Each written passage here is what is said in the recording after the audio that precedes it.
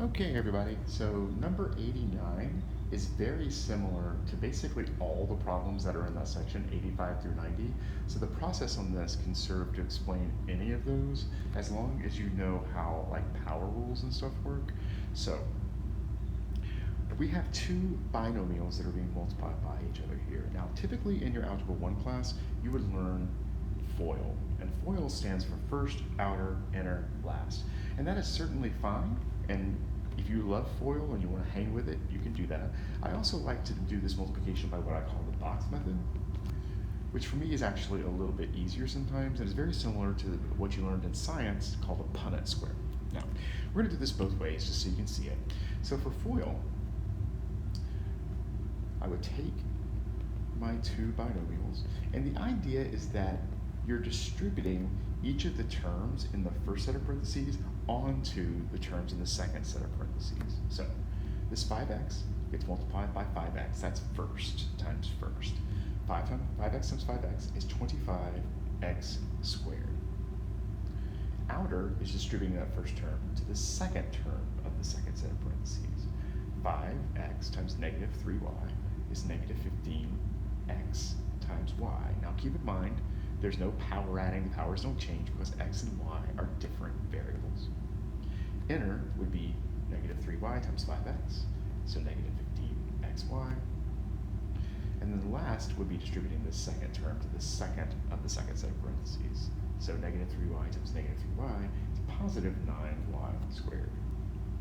So now that I've got these terms, I would look for like terms. And like terms are terms that have the same variables with the same powers on them. So notice x squared, no other terms where there are x squares. The 9y squared, no other terms. But the negative 15xy and the negative 15xy are like terms. And if you remember, the way you deal with those is I have negative 15 of those terms, and I have another negative 15 of those terms. When I put those together, I'll have negative 30 of those terms. The xy is like the term name, it doesn't change. So what I have is 25x squared minus 30xy plus 9y squared.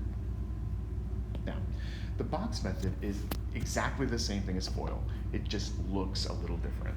So my first and my second things that I'm multiplying both have two terms in them. So I'm going to build a little box which has 2 rows and 2 columns. Now, above each of those columns, I'm going to write one of the terms from the first set of parentheses. And then from the second set of parentheses, I'll write those terms in front of each of the rows.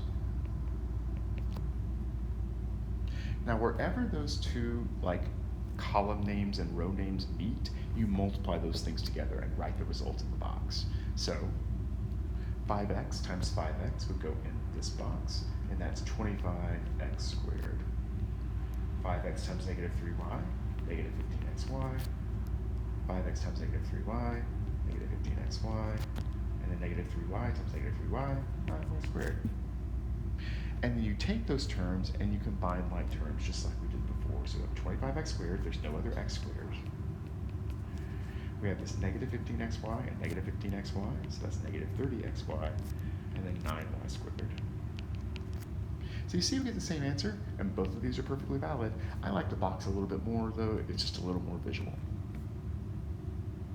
You can do these processes with any of the problems in that section from 85 to 90.